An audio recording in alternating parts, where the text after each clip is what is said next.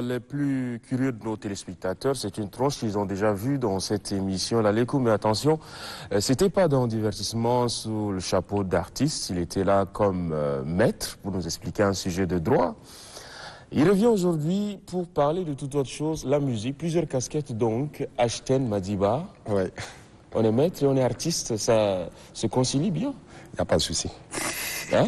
Il est juste question de passion déjà pour commencer. Ouais. Passion pour tout, hein. Passion pour le droit, tout comme passion pour la musique, pour la peinture aussi. Ouais. Et si je vous dis que je suis aussi un écrivain en herbe, bah, on peut faire plusieurs choses. On est passionné de ce qu'on aime faire et ce qu'on le fait surtout bien.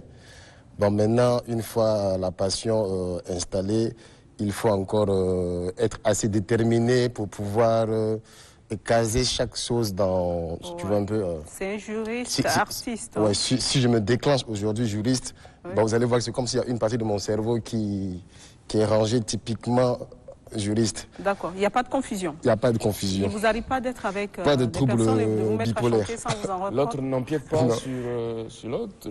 Des fois, l'artiste avec son look, qu'est-ce que ça va avec le maître avocat qui doit être aussi... Bon, vous savez, j'ai fait partie d'une nouvelle génération qui essaie de changer les choses au Tchad. Ouais. Je m'explique. La dernière fois, j'étais venu, on m'a invité en tant que journaliste, j'ai dit journaliste, en tant que juriste, et j'étais venu en tant qu'artiste. Bon, aujourd'hui, on m'a invité en tant qu'artiste, et vous allez constater que je suis venu en tant que juriste. Ouais. Vous voyez un peu. Du côté vestimentaire. Du côté vestimentaire et tout. Justement, c'est pour ça qu'on disait tantôt, est-ce qu'il n'arrive pas par moment qu'il y ait des confusions? Déjà, il y a une confusion sur le plan vestimentaire. Il essaye de nous mélanger, tout va bien, qu'on accepte comme ça. C'est fait à dessein, hein? Voilà. Donc, c'est fait à dessein, justement. Je fais partie d'une nouvelle génération qui essaie de changer les choses. Je veux que les Tchadiens essaient de voir lui-même, mais non pas par rapport à son vestimentaire, mais par rapport à ce qu'il est à l'intérieur. Vous voyez un peu, c'est très important. Comme ça, on dit les Américains, bon, quand tu veux chercher un travail chez les Américains, on te demande qu'est-ce que tu connais faire. On ne voit pas ton habillement et on te dit... un jugement on fait un jugement sur l'apparence physique.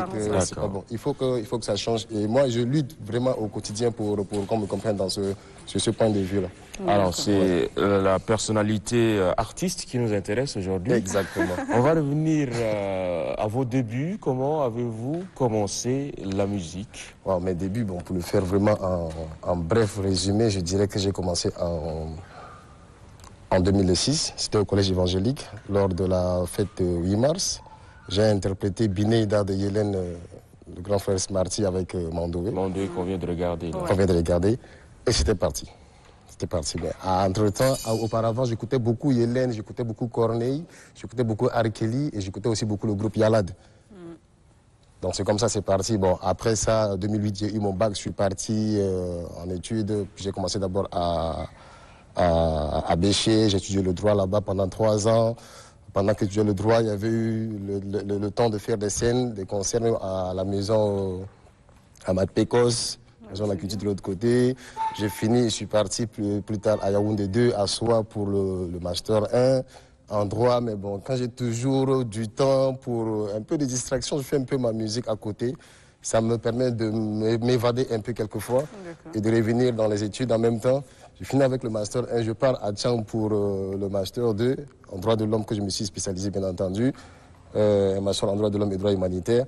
Pendant que je fais ce Master, en même temps aussi, bon, quand il y a des concerts, je dis, bon les gars, mettez mon nom sur la liste parce que j'ai pas envie de perdre. Je fais partie de ceux-là qui poursuivent en même temps en fait 2 lièvres, quoi, si on peut dire.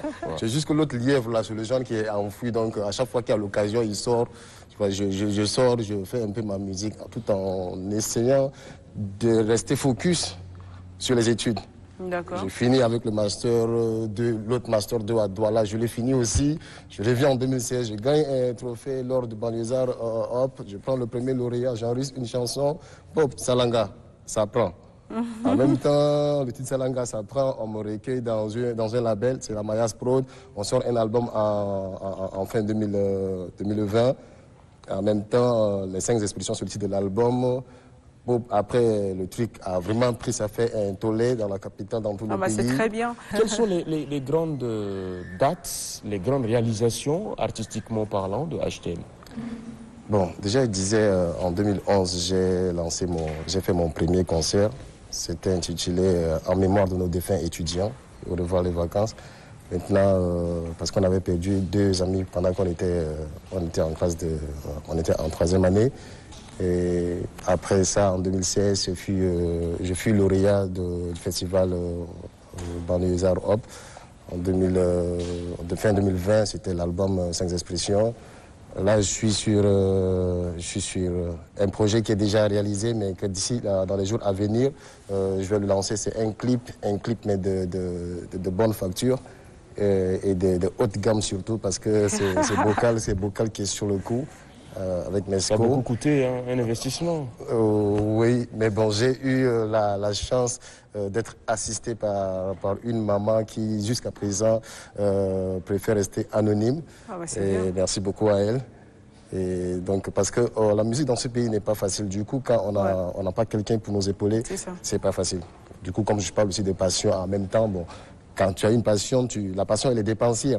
Tu dois dépenser pour ta passion jusqu'à ce que ça marche un jour. Bon, surtout dans un pays comme le Tchad, il faut investir mais à fond, mais sans compter.